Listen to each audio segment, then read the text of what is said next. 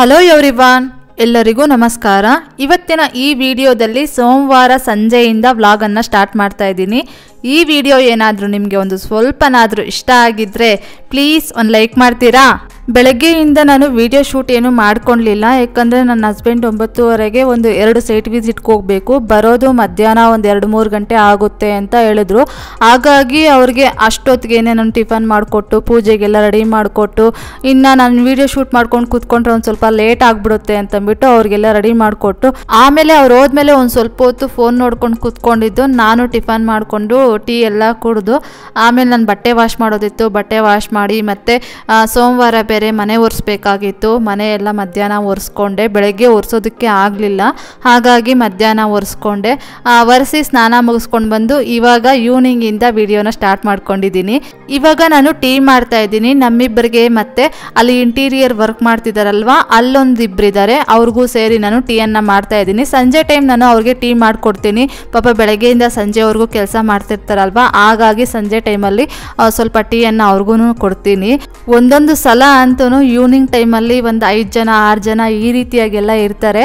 ಅವಾಗೂ ಅಷ್ಟೇ ಎಲ್ಲರಿಗೂ ಸೇರಿಸಿ ಒಂದೇ ಟೈಮ್ 7-8 ಜನಕ್ಕೆ ಟೀ ಮಾಡಿ ಅವ್ರಿಗೆ ಕೊಡ್ತೀನಿ. ಇವತ್ತಂತೂ ಮಧ್ಯಾಹ್ನ ಎಲ್ಲ ಕೆಲಸ ಮುಗಿದ ಮೇಲೆ ತಲೆಗೆ ಚೆನ್ನಾಗಿ ಎಣ್ಣೆ ಇಟ್ಕೊಂಡು ಗಂಟಾಕೊಂಬಿಟ್ಟಿದ್ದೀನಿ. ನನಗಂತೂ ತುಂಬ ಅಂದರೆ ತುಂಬ ಕೂದಲು ಉದ್ದ ಇದೆ, ಒಂದು ಸ್ವಲ್ಪ ಭಾರ ಅಂತ ಅನ್ನಿಸ್ತಾ ಇರುತ್ತೆ ತಲೆಗೆ. ನಮ್ಮ ಅತ್ತೆಗೆ ಕೂದಲು ಕಟ್ ಮಾಡ್ಕೊತೀನಿ ಅಂತಂದರೆ ಬೇಡ ಬೇಡ ಅಂತಿದ್ರು. ಇವಾಗ ಒಂದು ಸ್ವಲ್ಪ ಒಪ್ಕೊಂಡಿದ್ದಾರೆ. ನಾನು ಕೊನೆಯಲ್ಲಿ ತುದಿಯಲ್ಲಿ ಕಟ್ ಮಾಡಿಸ್ಕೊಳ್ತೀನಮ್ಮ, ಒಂದು ಸ್ವಲ್ಪ ಸಣ್ಣದಾಗಿ ಬೀಳ್ತಾ ಇದೆ ಜಡೆ ಎಲ್ಲ ಅಂತ ಹೇಳಿದ್ದೆ. ಅವರು ಬೇಡ ಅಂದಿದ್ರು. ಆಮೇಲೆ ಅದೇನೋ ಗೊತ್ತಿಲ್ಲ, ಲಾಸ್ಟ್ ಟೈಮ್ ಬಂದಾಗ ಅವರು ನೀನು ಕೊನೆಯಲ್ಲಿ ಕಟ್ ಮಾಡ್ತೀನಿ ಅಂತ ಹೇಳಿದ್ದೇನಮ್ಮ ಅಂತಂತ ಅಂದರು. ಹೌದಮ್ಮ, ಕೊನೆಯಲ್ಲಿ ತುಂಬ ಸಣ್ಣ ಇದೆ, ಅದು ಬೇರೆ ಕೂದಲೆಲ್ಲ ಒಂದು ಸ್ವಲ್ಪ ಚಿಟ್ಲು ಬಿಟ್ಟಿದೆ ಅಂತ ಹೇಳಿದೆ. ಆವಾಗ ಅವರು ಸರಿ ಆಯಿತು ಕಟ್ ಮಾಡಿಸ್ಕೊ, ಕೊನೆಯಲ್ಲಿ ಒಂದು ಸ್ವಲ್ಪ ಕಟ್ ಮಾಡಿಸ್ಕೊಳಮ್ಮ, ಹಂಗಂತಂದ್ಬಿಟ್ಟು ಜಾಸ್ತಿ ಕಟ್ ಮಾಡಿಸ್ಕೊಳ್ಳೋದಕ್ಕೆ ಹೋಗಬೇಡ ಅಂತ ಹೇಳಿದ್ರು. ಯಾವಾಗಾದರೂ ಟೈಮ್ ಸಿಕ್ಕಾಗ ಕೊನೆಯಲ್ಲಿ ಒಂದು ಸ್ವಲ್ಪ ಕೂದಲನ್ನು ಕಟ್ ಮಾಡಿಸ್ಕೊಳ್ಬೇಕು ಅಂತ ಅಂದ್ಕೊಂಡಿದ್ದೀನಿ. ಹಾಗೆ ನಾನು ಇವತ್ತಿನ ವಿಡಿಯೋದಲ್ಲಿ ಒಂದು ಮಾತನ್ನು ಹೇಳೋದಕ್ಕೆ ಇಷ್ಟಪಡ್ತೀನಿ. ಅದೇನು ಅಂತಂದರೆ, ನಮ್ಮ ಮನೆಗೆ ಯಾರಾದರೂ ಕೆಲಸ ಮಾಡೋದಕ್ಕೆ ವರ್ಕರ್ಸ್ ಬಂದಿದ್ದಾರೆ ಅಂತಂದರೆ ನಾವು ಅವ್ರಿಗೇನು ಮಾಡ್ತಾ ಇರ್ತೀವಿ ಅಂತಂದರೆ, ಈ ಪ್ಲಾಸ್ಟಿಕ್ ತಟ್ಟೆಯಲ್ಲಿ ಊಟ ಇಟ್ಕೊಡೋದಾಗಿರ್ಬೋದು, ಮತ್ತು ಈ ಪ್ಲಾಸ್ಟಿಕ್ ಗ್ಲಾಸಲ್ಲಿ ಕಾಫಿ ಟೀ ಕೊಡೋದಾಗಿರ್ಬೋದು, ಈ ರೀತಿಯಾಗೆಲ್ಲ ಮಾಡ್ತಾರೆ. ಲೇಬರ್ಸ್ ಬಂದಿದ್ದಾರೆ ಅಂತಂದರೆ ತೊಗೊಂಬಂದು ಇಟ್ಕೊಂಡು ಅವ್ರಿಗೆ ಊಟ ಆಗಿರ್ಬೋದು, ಮತ್ತು ಕಾಫಿ ಟೀ ಕೊಡೋದಾಗಿರ್ಬೋದು, ಮತ್ತು ನೀರು ಕೊಡೋದಾಗಿರ್ಬೋದು, ಇದೆಲ್ಲ ಈ ರೀತಿಯಾಗಿ ಕೊಡ್ತಾ ಇರ್ತಾರೆ. ನನಗಂತೂ ಈ ರೀತಿಯಾಗಿ ಮಾಡೋದು ಸ್ವಲ್ಪನೂ ಇಷ್ಟ ಆಗೋದಿಲ್ಲ. ನಮ್ಮ ಮನೆಗೆ ಯಾರಾದರೂ ಬಂದಿದ್ದಾರೆ ಅಂತಂದರೆ, ಅದು ನಾನಿರೋ ಕಡೆ ಯಾರಾದರೂ ವರ್ಕರ್ಸ್ ಬಂದಿದ್ದಾರೆ ಅಂತಂದರೆ, ನಾವೇನು ತಟ್ಟೆ ಆಗಿರ್ಬೋದು, ಮತ್ತು ಗ್ಲಾಸಸ್ ಆಗಿರ್ಬೋದು, ನೀರು ಕುಡಿಯೋ ಗ್ಲಾಸಸ್ ಆಗಿರ್ಬೋದು, ನಾವೇನು ಯೂಸ್ ಮಾಡ್ತೀವೋ ಅದರಲ್ಲೇ ನಾನು ಕೊಡ್ತಾ ಇರ್ತೀನಿ. ಕಾಫಿ ಟೀನೂ ಅಷ್ಟೇ, ನಾವು ಏನು ಸ್ಟೀಲ್ ಗ್ಲಾಸನ್ನು ಯೂಸ್ ಮಾಡ್ತಾ ಇರ್ತೀವೋ ಅದೇ ಗ್ಲಾಸಲ್ಲೇ ನಾನು ಅವ್ರಿಗೂ ಕೊಡ್ತೀನಿ. ಈಗ ನೋಡಿ, ನಾವು ಒಂದು ಹೋಟೆಲ್ಗೋ ಇಲ್ಲ ಒಂದು ರೆಸ್ಟೋರೆಂಟ್ಗೆ ಹೋಗಿದ್ದೀವಿ ಅಂತಂದರೆ ಅವರು ಕಾಫಿ ಟೀಯನ್ನು ಒಂದು ಗ್ಲಾಸಲ್ಲಿ ಇಲ್ಲ ಅಂತಂದರೆ ಒಂದು ಮಗ್ಗಲ್ಲಿ ಕೊಡ್ತಾರೆ ನಮಗೆ. ಅದರಲ್ಲಿ ಯಾರ್ಯಾರು ಕುಡ್ದೋಗಿರ್ತಾರೋ ಗೊತ್ತಿರೋದಿಲ್ಲ, ಮತ್ತು ಅವರು ಎಷ್ಟು ಮಟ್ಟಿಗೆ ಕ್ಲೀನ್ ಮಾಡಿರ್ತಾರೋ ಅದು ನಮ್ಗೆ ಗೊತ್ತಿರೋದಿಲ್ಲ. ಅವರು ಏನರಲ್ಲಿ ಕಾಫಿ ಟೀಯನ್ನು ಕೊಟ್ಟಿರ್ತಾರೋ ಅದರಲ್ಲಿ ನಾವು ಕುಡಿದ್ಬಿಟ್ಟು ಇಟ್ಬಿಟ್ಟು ಬರ್ತೀವಿ, ಮತ್ತು ಆ ಗ್ಲಾಸನ್ನು ತೊಳೆದು ಮತ್ತೆ ಇನ್ನೊಬ್ಬರಿಗೆ ಕೊಡ್ತಾರೆ. ಆಗಿರಬೇಕಾದ್ರೆ ಯಾಕೆ ಭೇದ ಭಾವ ನೋಡಬೇಕು ಅಂತಂದ್ಬಿಟ್ಟು ನನ್ನ ಒಂದು ಅಭಿಪ್ರಾಯ. ಹಾಗೆ ಸಮ್ ಟೈಮ್ಸು ಊಟ ತಿಂಡಿ ತಿನ್ನೋದಕ್ಕೂ ಸಹಿತ ಹೋಟೆಲ್ಗೆ ಮತ್ತು ರೆಸ್ಟೋರೆಂಟ್ಗೆ ಹೋಗಿರ್ತೀವಿ. ನಾವು ತಿಂದಿರೋ ತಟ್ಟೆಯಲ್ಲಿ ಎಷ್ಟೊಂದು ಜನ ಊಟ ತಿಂಡಿಯನ್ನು ತಿಂದು ಹೋಗಿರ್ತಾರೆ, ಮತ್ತು ಅದನ್ನು ವಾಶ್ ಮಾಡಿ ನಮಗೆ ಕೊಟ್ಟಿರ್ತಾರಲ್ವ.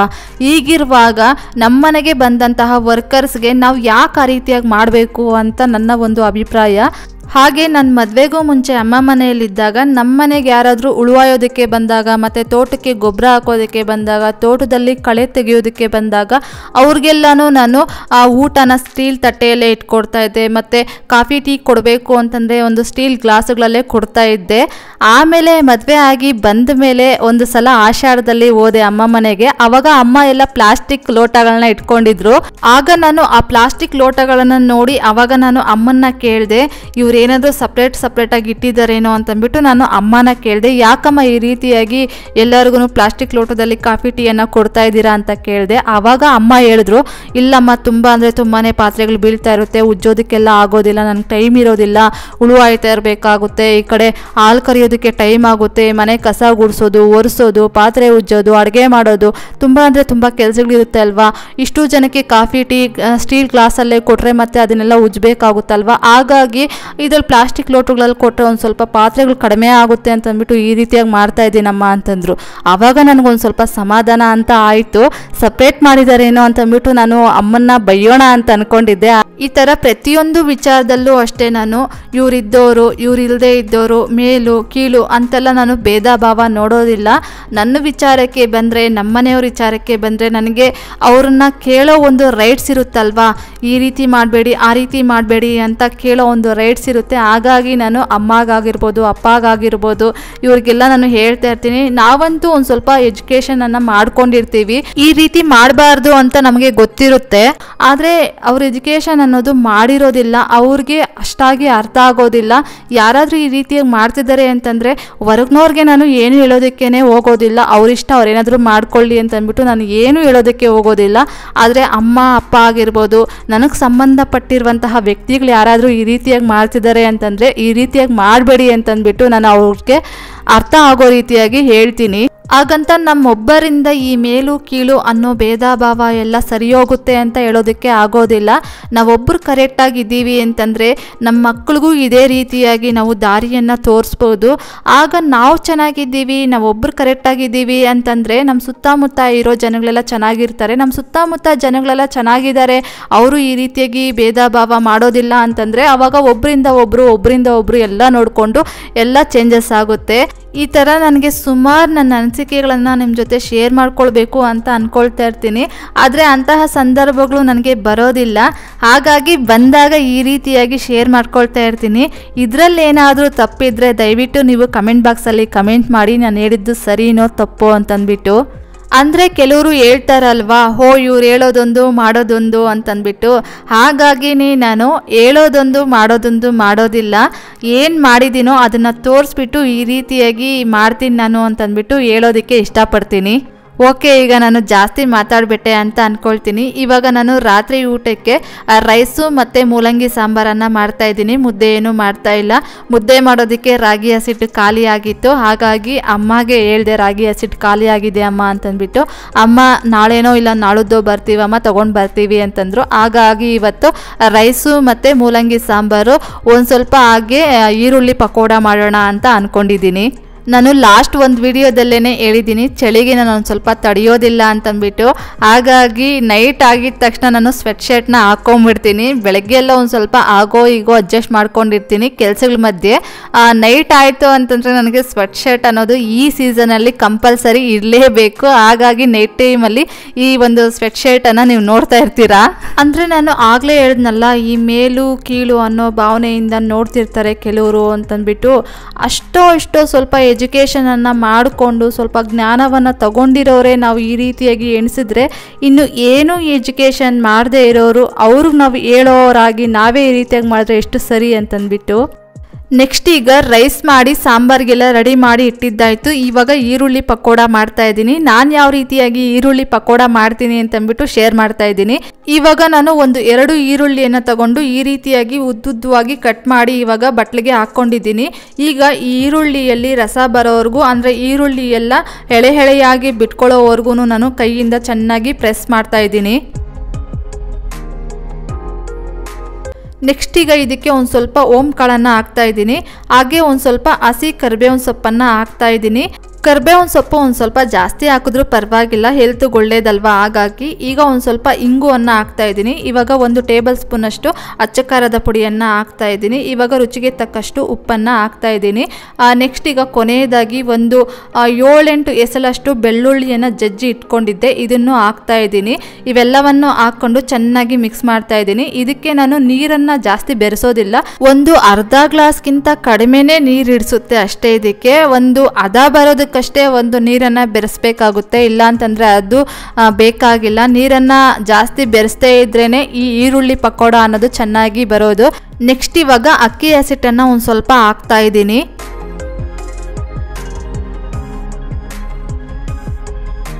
ನೆಕ್ಸ್ಟ್ ಈಗ ಒಂದು ಸ್ವಲ್ಪ ಕಡಲೆ ಹಸಿಟ್ಟನ್ನು ತಗೊಂಡು, ಅಕ್ಕಿ ಹಸಿಟ್ಟು ಮತ್ತು ಕಡಲೆ ಹಸಿಟ್ಟು ಈಕ್ವಲ್ ಆಗಿದ್ರೂ ಚೆನ್ನಾಗಿರುತ್ತೆ. ಒಂದು ಸ್ವಲ್ಪನೇ ಹಾಕ್ಕೊಂಡು ಕಡಲೆ ಹಸಿಟ್ಟು ನಮ್ಗೆ ಎಷ್ಟು ಬೇಕಾಗುತ್ತೋ ಅಷ್ಟನ್ನು ಹಾಕ್ಕೊಂಡು ಮಿಕ್ಸ್ ಮಾಡಿಕೊಂಡು ಒಂದು ಸ್ವಲ್ಪ ನೀರನ್ನು ಹಾಕ್ಕೊಂಡು ಬೆರೆಸ್ಕೊಂಡ್ರೆ ಆಯಿತು. ನಾನು ತುಂಬ ಅಂದರೆ ತುಂಬ ಕಡಿಮೆನೇ ತಗೊಳ್ತೀನಿ. ನೋಡ್ತಾ ಇರ್ಬೋದು, ಇಷ್ಟೇ ನೀರನ್ನು ನಾನು ಯೂಸ್ ಮಾಡೋದು.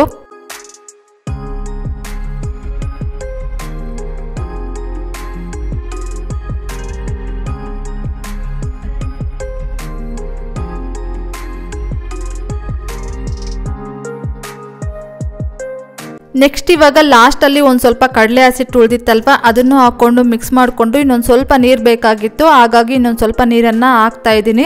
ಒಂದು ಅರ್ಧ ಗ್ಲಾಸ್ಗಿಂತ ಕಡಿಮೆನೇ ಬೀಳುತ್ತೆ ಇದಕ್ಕೆ ನೀರು. ತುಂಬ ಅಂದರೆ ತುಂಬಾ ಕಡಿಮೆ ಹಾಕ್ಕೊಂಡ್ರೆ ಈ ಈರುಳ್ಳಿ ಪಕೋಡ ಅನ್ನೋದು ಚೆನ್ನಾಗಿ ಬರುತ್ತೆ.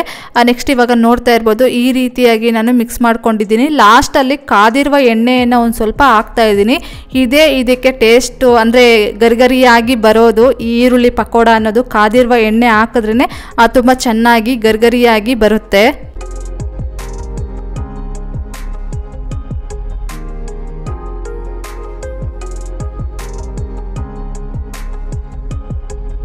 ನೆಕ್ಸ್ಟ್ ಈಗ ಎಣ್ಣೆಯನ್ನು ಒಂದು ಸ್ವಲ್ಪ ಚೆನ್ನಾಗಿ ಕಾಯಿಸ್ಕೊಂಡಿರಬೇಕು, ಆವಾಗಲೇ ಈರುಳ್ಳಿ ಪಕೋಡ ಇನ್ನೂ ಚೆನ್ನಾಗಿ ಟೇಸ್ಟಿಯಾಗಿ ಗರಿಗರಿಯಾಗಿ ಬರೋದು.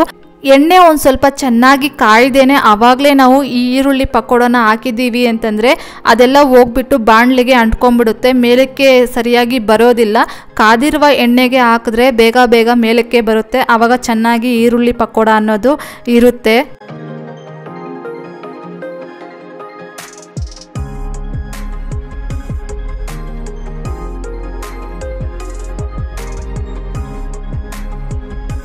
ಇವಾಗ ನೋಡ್ತಾ ಇರ್ಬೋದು ಈರುಳ್ಳಿ ಪಕೋಡ ಅನ್ನೋದು ರೆಡಿಯಾಗಿದೆ. ಈ ಈರುಳ್ಳಿ ಪಕೋಡನ ಯಾವ ಶೇಪ್ಗಾದರೂ ಹಾಕ್ಬೋದು.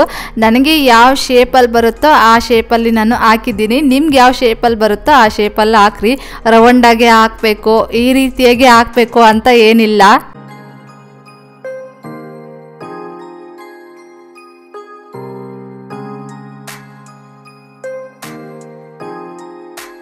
ಈಗ ನೋಡ್ತಾ ಇರ್ಬೋದು ಇಷ್ಟು ಈರುಳ್ಳಿ ಪಕೋಡ ಆಗಿದೆ. ಇನ್ನೂ ಆಗಿತ್ತು, ಅಲ್ಲಿ ವರ್ಕರ್ಸ್ ಎಲ್ಲ ಇದ್ರಲ್ವಾ ಅವ್ರಿಗೂ ಒಂದು ಸ್ವಲ್ಪ ಕೊಟ್ಟು ಕಳಿಸ್ದೆ. ಯಾಕಂದರೆ ಸೋಮವಾರ ಎಲ್ಲ ಒಂದು ಸ್ವಲ್ಪ ಚಳಿ ಚಳಿ ಅಂತ ಆಗ್ತಾ ಇತ್ತಲ್ವ, ಚಳಿಗೆ ಮಾಡಿದ್ದು ಪಾಪ ಅವರು ತಿನ್ನಲಿ ಅಂತಂದ್ಬಿಟ್ಟು ಅವ್ರಿಗೂ ಕೊಟ್ಟು ಕಳಿಸಿದ್ದಕ್ಕೆ ನಮಗೆ ಇಷ್ಟು ಉಳೀತು.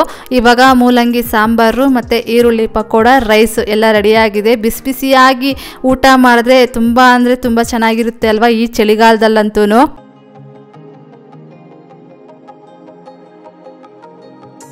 ನೆಕ್ಸ್ಟು ಈ ವಿಡಿಯೋ ಕ್ಲಿಪ್ಪಿಂಗ್ಸ್ ಬಂದು ನೆಕ್ಸ್ಟ್ ಡೇ ಮಂಗಳವಾರ ಬೆಳಗ್ಗೆ ಇದು. ನಾನು ಇನ್ನೂ ಪೂಜೆನೇ ಮಾಡಿರಲಿಲ್ಲ. ಅಷ್ಟರೊಳಗಡೆನೇ ನಮ್ಮ ಇಂಟೀರಿಯರ್ ಅಣ್ಣ ಬಂದಿದ್ದರು. ಇನ್ನು ಅವ್ರು ಬಂದಿದ್ದಾರೆ ಅಂತಂದರೆ ಲೇಬರ್ಸ್ ಎಲ್ಲ ಜಾಸ್ತಿನೇ ಬರ್ತಾ ಇರ್ತಾರೆ. ಅಂದರೆ ನಮ್ಮ ಅಪಾರ್ಟ್ಮೆಂಟಲ್ಲಿ, ನಮ್ಮ ಮನೆಯಲ್ಲಿ ಮತ್ತು ಬೇರೆ ಒಂದು ಅಪಾರ್ಟ್ಮೆಂಟಲ್ಲೆಲ್ಲ ಕೆಲಸಗಳು ಮಾಡ್ತಿರ್ತಾರಲ್ವ, ಅವ್ರು ಬಂದಿದ್ದಾರೆ ಅಂತಂದರೆ ಹತ್ತಿರದಲ್ಲಿ ಇರುವಂತಹ ಎಲ್ಲ ಒಂದು ಅಪಾರ್ಟ್ಮೆಂಟ್ಗಳಿಗೂ ನೋಡಿಕೊಂಡು ಹೋಗ್ತಾ ಇರ್ತಾರೆ. ಅವ್ರ ಜೊತೆಯಲ್ಲಿ ಲೇಬರ್ಸು ಬಂದಿರ್ತಾರೆ. ಇನ್ನು ನಾನು ಪೂಜೆ ಮಾಡಿಕೊಂಡು ಇನ್ನು ಶ್ಲೋಕಗಳನ್ನು ಹೇಳ್ಕೊಂಡು ಕೂತ್ಕೊಂಡ್ರೆ ಒಂದು ಸ್ವಲ್ಪ ಟೈಮ್ ಆಗ್ಬಿಡುತ್ತಲ್ವ, ಹಾಗಾಗಿ ಅವ್ರಿಗೊಂದು ಸ್ವಲ್ಪ ಟೀ ಕೊಟ್ಬಿಟ್ಟು ಆಮೇಲೆ ನಾನು ಪೂಜೆನ ಮಾಡ್ಕೊಳ್ಳೋಣ ಅಂತಂದ್ಬಿಟ್ಟು ಅವ್ರಿಗೆ ಟೀ ಮಾಡಿ ಕೊಡ್ತಾ ಇದ್ದೀನಿ. ನೆಕ್ಸ್ಟ್ ಇವಾಗ ನೋಡ್ತಾ ಇರ್ಬೋದು ಅವ್ರಿಗೆ ಟೀ ಎಲ್ಲ ಕೊಟ್ಟು ಬಂದಮೇಲೆ ನಾನಿಲ್ಲಿ ಪೂಜೆಯನ್ನು ಮಾಡಿದ್ದೀನಿ. ಇವಾಗಂತೂ ಹೆಂಗಾಗ್ಬಿಟ್ಟಿದೆ ಅಂತಂದರೆ ಬೆಳಗ್ಗೆ ಎದ್ದಿದ ತಕ್ಷಣ ಸ್ನಾನ, ಪೂಜೆ, ಟಿಫನ್ ಮಾಡೋದು ಮತ್ತು ಕೆಲಸಗಳು ಕಡಿಮೆ ಇದ್ರೂ ಮನೆಯಲ್ಲಿ ಅಲ್ಲೋಗಿ ನೋಡ್ತಾ ಇರಬೇಕಾಗುತ್ತೆ. ಯಾರಾದರೂ ಏನಾದರೂ ಕೇಳ್ತಾನೆ ಇರ್ತಾರೆ. ಅವರು ವರ್ಕರ್ಸು ಅಷ್ಟೇ, ಈಗಿರಬೇಕಾ, ಆಗಿರಬೇಕಾ, ಇಲ್ಲಿ ಫಿಕ್ಸ್ ಮಾಡಬೇಕಾ, ಅಲ್ಲಿ ಫಿಕ್ಸ್ ಮಾಡಬೇಕಾ ಅಂತೆಲ್ಲ ಏನಾದರೂ ಕರಿತಾ ಇರ್ತಾರೆ, ಕೇಳ್ತಾ ಇರ್ತಾರೆ. ಹಾಗಾಗಿ ಒಂದು ಸ್ವಲ್ಪ ಟೈಮ್ ಅನ್ನೋದು ಜಾಸ್ತಿನೇ ಆಗೋಗುತ್ತೆ. ನಾನು ಪೂಜೆ ಎಲ್ಲ ಮುಗಿಸೋಷ್ಟರಲ್ಲಿ ಒಂದು 12 ಗಂಟೆನೇ ಆಗೋಗುತ್ತೆ. ನಾನು ಒಂದು 10:30 ಸ್ಟಾರ್ಟ್ ಮಾಡ್ಕೊಳ್ತೀನಿ ಪೂಜೆ ಮಾಡೋದಕ್ಕೆ. ನಾನು ಶ್ಲೋಕಗಳು ಹೇಳೋದಕ್ಕೆ 1 ಅವರ್ ಮೇಲೆ ಆಗುತ್ತೆ ಟೈಮು.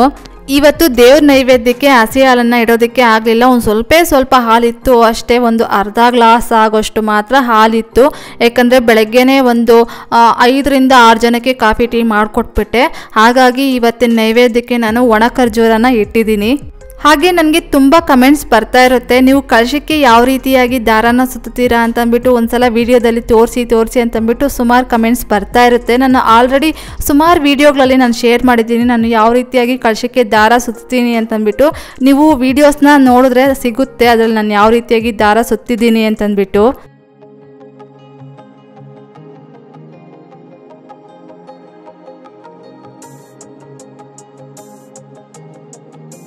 ನೆಕ್ಸ್ಟ್ ಇವಾಗ ಪೂಜೆ ಎಲ್ಲ ಮುಗಿಸಿ ಮಾಮೂಲಿಯಾಗಿ ಸ್ತೋತ್ರಗಳನ್ನು ಹೇಳ್ಕೊಳ್ಳೋದಕ್ಕೆ ರೆಡಿ ಮಾಡ್ತಾ ಇದ್ದೀನಿ. ನನಗೆ ಬೆಳಗ್ಗೆ ಟೈಮ್ ಪೂಜೆ ಮಾಡಿದ್ರೇ ಸಮಾಧಾನ ಅಂತ ಅನಿಸೋದು. ಮೊದಲೆಲ್ಲ ನಾನು ಸಂಜೆ ಟೈಮ್ ಪೂಜೆ ಮಾಡ್ತಾ ಇದ್ದೆ. ಆದರೆ ನನಗೆ ಒಂದು ಟೈಮು ಅತ್ತೆ ಕ್ಲಾಸ್ ತಗೊಂಡಿದ್ರು, ಅದೇನು ಅಭ್ಯಾಸ ಅಂತ ಮಾಡ್ಕೊಂಡಿದ್ದೀರಮ್ಮ, ಬೆಳಗ್ಗೆ ತಿಂದು ತೆಗಿ ಮಲ್ಕೊಂಡು ಎದ್ದೇಳಿ ಆಮೇಲೆ ಸಂಜೆ ಟೈಮಲ್ಲಿ ಪೂಜೆ ಮಾಡೋದಂತೆ, ಇದೇನು ಅಭ್ಯಾಸ ಅಮ್ಮ ನಿಮಗೆ, ಯಾರು ಕಲಿಸ್ಕೊಟ್ಟಿದ್ದು ಅಂತೆಲ್ಲ ನನಗೆ ವಾರ್ನ್ ಮಾಡಿದರು.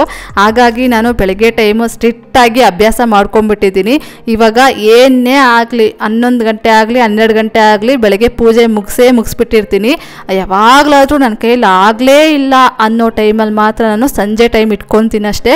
ಅದು ತುಂಬ ಅಂದರೆ ತುಂಬ ಕಡಿಮೆನೇ ಸಂಜೆ ಟೈಮ್ ಪೂಜೆ ಮಾಡೋದು ಇವಾಗಂತೂ.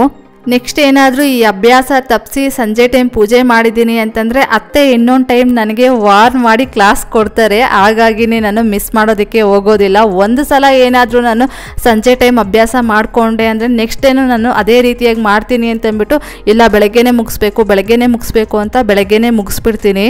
ನೆಕ್ಸ್ಟ್ ಇವಾಗ ಮಂಗಳವಾರ ಸಂಜೆ ಒಂದು 5:15 ಎಲ್ಲ ವರ್ಕರ್ಸು ಹೋಗಿದ್ದಾದಮೇಲೆ ನಾನು ಮನೆ ಒಳಗಡೆ ಬಂದು ಚೆಕ್ ಮಾಡ್ತೀನಿ, ಲೈಟ್ಸ್ ಎಲ್ಲ ಆಫ್ ಮಾಡಿದ್ದಾರಾ, ಬಾಲ್ಕನೀಸ್ ಡೋರ್ಸ್ ಎಲ್ಲ ಕ್ಲೋಸ್ ಮಾಡಿದ್ದಾರಾ ಅಂತಂದ್ಬಿಟ್ಟು ಎಲ್ಲ ಚೆಕ್ ಮಾಡ್ತೀನಿ. ಇವಾಗ ಬಂದೆ, ಲೈಟ್ಸ್ ಎಲ್ಲ ಆನಲ್ಲೇ ಬಿಟ್ಟಿದ್ರು, ಮತ್ತು ಬಾಲ್ಕನಿ ಡೋರ್ಗಳೆಲ್ಲ ಹಾಗೆ ಓಪನ್ ಆಗೇ ಬಿಟ್ಟಿದ್ರು, ಎಲ್ಲ ಕ್ಲೋಸ್ ಮಾಡಿ ಲೈಟ್ಸ್ ಎಲ್ಲ ಆಫ್ ಮಾಡಿ. ಇಲ್ಲಿ ಪಾರ್ಟಿಷನ್ನು ನಾನು ಹೇಳಿದ್ನಲ್ವ ಅದೆಲ್ಲ ಫಿಕ್ಸ್ ಮಾಡಿದ್ರು, ಎಲ್ಲ ಯಾವ ರೀತಿಯಾಗಿ ಫಿಕ್ಸ್ ಮಾಡಿದ್ದಾರೆ ಅಂತ ನೋಡಿ ಚೆಕ್ ಮಾಡ್ತಾ ಇದ್ದೀನಿ. ಮತ್ತು ಹಾಗೆ ಇವತ್ತು ಏನೆಲ್ಲ ಕೆಲಸಗಳನ್ನ ಕಂಪ್ಲೀಟ್ ಮಾಡಿದ್ದಾರೆ ಅಂತಂದ್ಬಿಟ್ಟು ಹಾಗೆ ಎಲ್ಲ ಒಂದು ಸಲ ನೋಡ್ಕೊಂಡು ಬರ್ತಾ ಇರ್ತೀನಿ. ಡೈಲಿ ನಂದು ಇದೊಂದು ಅಭ್ಯಾಸ. ಅವರು ಹೋದ್ಮೇಲೆ ಎಲ್ಲ ಚೆಕ್ ಮಾಡ್ತೀನಿ, ಚೆಕ್ ಮಾಡಿ ಆಮೇಲೆ ಡೋರ್ ಕ್ಲೋಸ್ ಮಾಡ್ಕೊಂಡು ಬರೋದು.